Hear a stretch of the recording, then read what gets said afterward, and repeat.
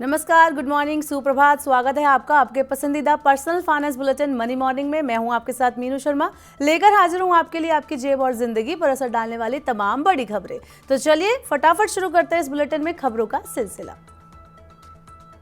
केंद्रीय कर्मचारियों के लिए अच्छी खबर है। केंद्र सरकार ने चुनाव के बीच केंद्रीय कर्मचारियों के बच्चों की शिक्षा के लिए मिलने वाले भत्ते को बढ़ा दिया है। इसके अलावा सरकार ने बच्चों के लिए मिलने वाली हॉस्टल सब्सिडी की सीमा भी बढ़ा दी है। सरकारी कर्मचारियों के बच्चों की शिक्षा के लिए भत्ते की राशि 2,812 रुपये प्रति महीना कर दी गई है। हॉस्टल सब्सिडी भी अब 8,437 रुपये प्रति महीना होगी। जल्द ही यूपीआई के जरिए रुपे क्रेडिट कार्ड से भुगतान करने वालों को फीस देनी पड़ सकती है। National payment corporation of India UPI के जरिए क्रेडिट और डेबिट कार्ड से भुगतान पर इंटरचेंज फीस लगाने पर विचार कर रही है। हालांकि इंटरचेंज फीस क्रेडिट कार्ड पर लगने वाली फीस की तुलना में कम होगी। क्रेडिट कार्ड पर इंटरचेंज फीस 1.8 से 2% तक है। यूपीआई पर इंटरचेंज फीस 1 से 1.2% तक हो सकती है। वर्तमान में यूपीआई पर क्रेडिट कार्ड से भुगतान पर कोई इंटरचेंज फीस लागू नहीं है।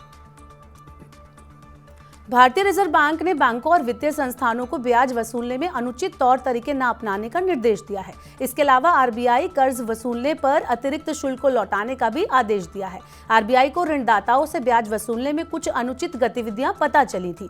केंद्रीय बैंक ने बैंकों को निर्देश दिया है कि वो ऋण वितरण के तरीके, ब्याज लगाने और अन्य शुल्कों के संबंध में अपने तौर तरीकों की समीक्षा करें और जरूरी होने पर प्रणालीगत बदलाव जैसे कदम उठाएं।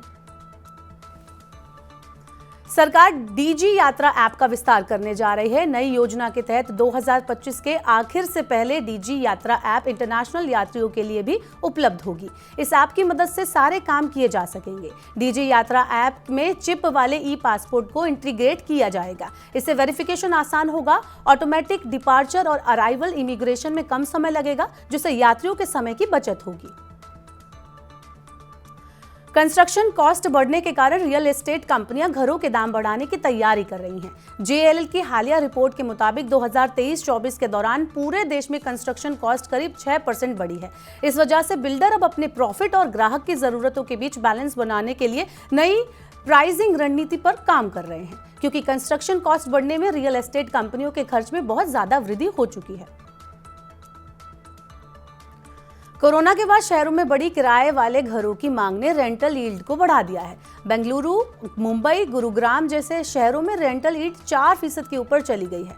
बेंगलुरु में तो रेंटल यील्ड 4.45% है, वहीं मुंबई में 4.15% और गुरुग्राम में 4.1% है।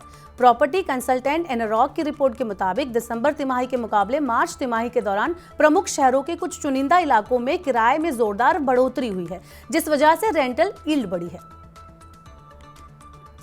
यूपीआई से डिजिटल भुगतान बढ़ने के बावजूद एटीएम से औसत मासिक नकदी निकासी सालाना आधार पर बढ़ी है। एटीएम से मासिक औसत नकदी निकासी वित्त वर्ष 2023-24 में 5.51% बढ़कर 1.43 करोड़ रुपए हो गई। वित्त वर्ष 2022-23 में यह आंकड़ा 1.35 करोड़ रुपए था। महानगरों में औसत नकदी निकासी पिछले वित्त वर्ष में 10.37% बढ़ी है। कस्बों और ग्रामीण क्षेत्रों में ये 3.94%, जबकि शहरों में 3.73% की दर से बढ़ी है। मई महीने के लिए आरबीआई ने बैंकों के लिए अवकाश की लिस्ट जारी की है। मई के महीने में अलग अलग राज्यों में अलग अलग दिन बैंक करीब आधा महीने बंद रहेंगे।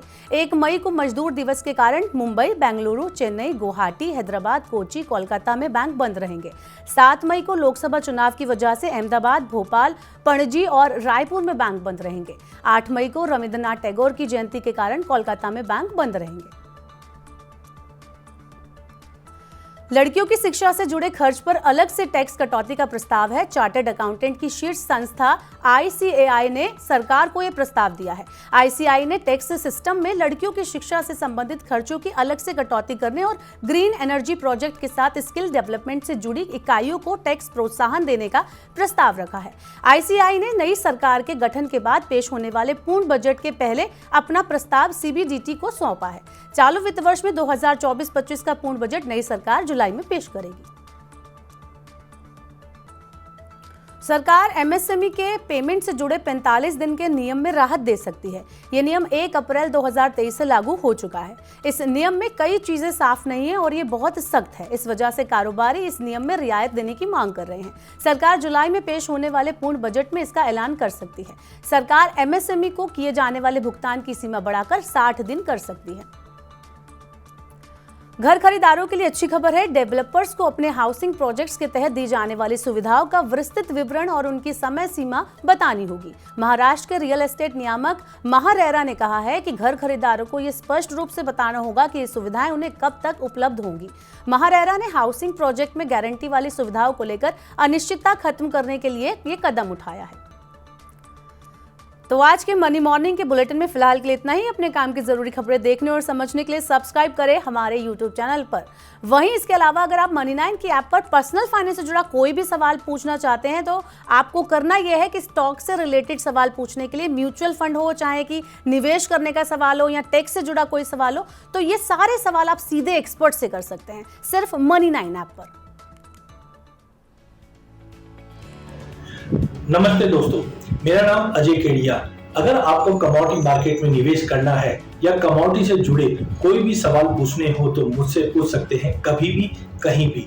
आपको मिलेंगे आपके कमोडिटी के सभी जवाब। कहां? टॉक टू एक्सपर्ट सेक्शन में मनी9 के ऐप पर। डाउनलोड करें ऐप नाउ। तो आपने देखा कि आप अपने सभी सवालों के जवाब सीधे मनी9 की ऐप से पा सकते हैं, तो देर किस बात की, तुरंत डाउनलोड कीजिए मनी9 का मोबाइल ऐप। वही खास कार्यक्रम आप देखना चाहते हैं, मनी9 की ऐप को आप डाउनलोड करें। बने रहिए मनी9 के साथ। नमस्कार।